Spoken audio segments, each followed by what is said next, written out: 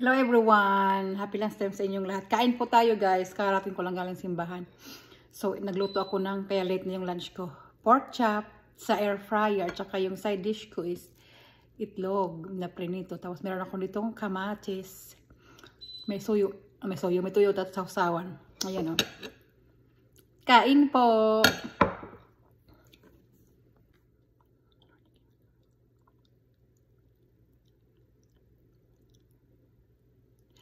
Kainan na.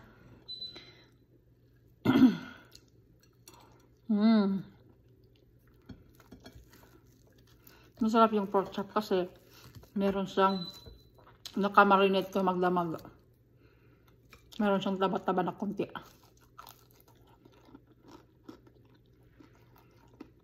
Marinate ko siya ng tawag nito, pineapple juice.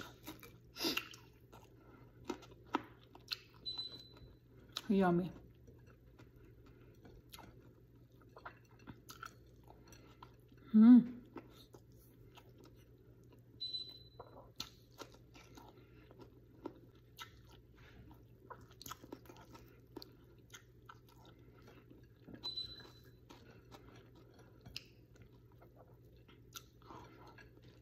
Kuha ko tubig. Yung tubig ko sa malaking galon na mineral water. Ngayon ko palang binawasan kaya mabigat.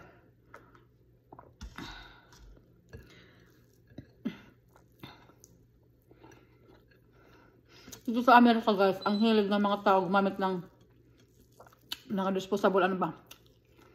Pinggan or mga ganitong baso. Hilig sila gumamit.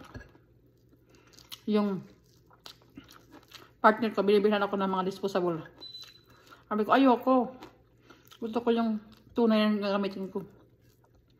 Sabi niya, pwede mo naman gamitin daw yan paminsan-minsan pag may mga time kasi daw na tamad ka maghugas ng plato. Kaya yun daw yung gamitin mo para after kain, tapon na lang. Sabi ko, sa bagay.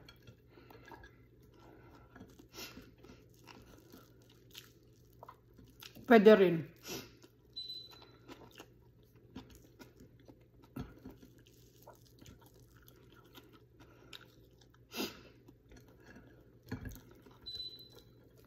Masarap yung niluto na pork chop sa air fryer.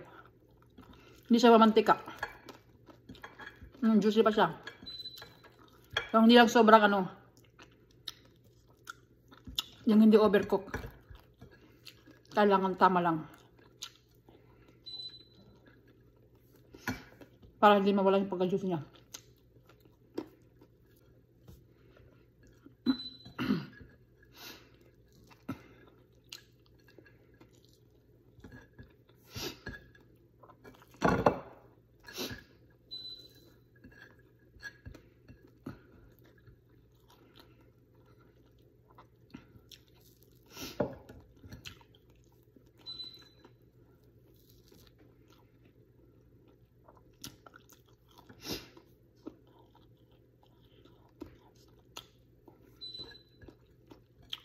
Madilim. Kasi paulan. Sama ng panahon dito ngayon. I think 2 days yung ulan na to. Ngayon saka bukas. Mamaya po balik pa kaming simbahan hapon. Kasi yung pagsimba na dito sa Baptist. Linggo, umaga at hapon. Tapos Miyerkules.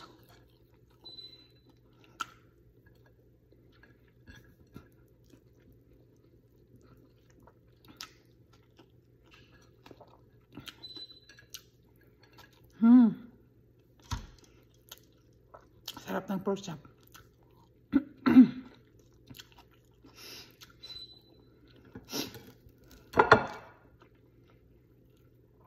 Ayun.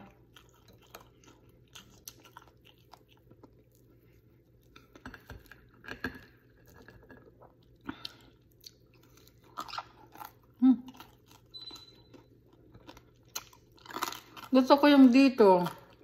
Para siyempre dito sa mantika. Yung may taba. Masarap. Pero hindi sa air fryer lang niluto.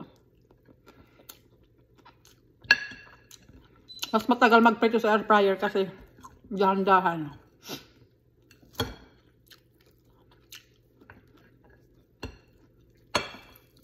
Para siya sinangkot siya. Ngayon pinakupsan ba?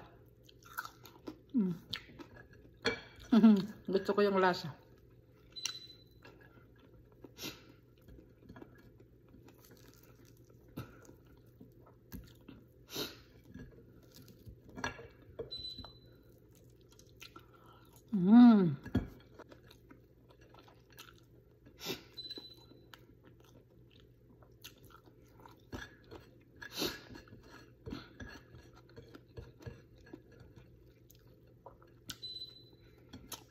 Yummy. Wala akong kanin. Ito lang ubusin ko. Dahil wala naman talaga akong kanin doon. Kasi hindi ako nagsaing. Yung luma yun na kanin nung isang araw para ininit ko lang sa microwave. Thank you guys for watching. Ang Pink Kanunay. Bye-bye.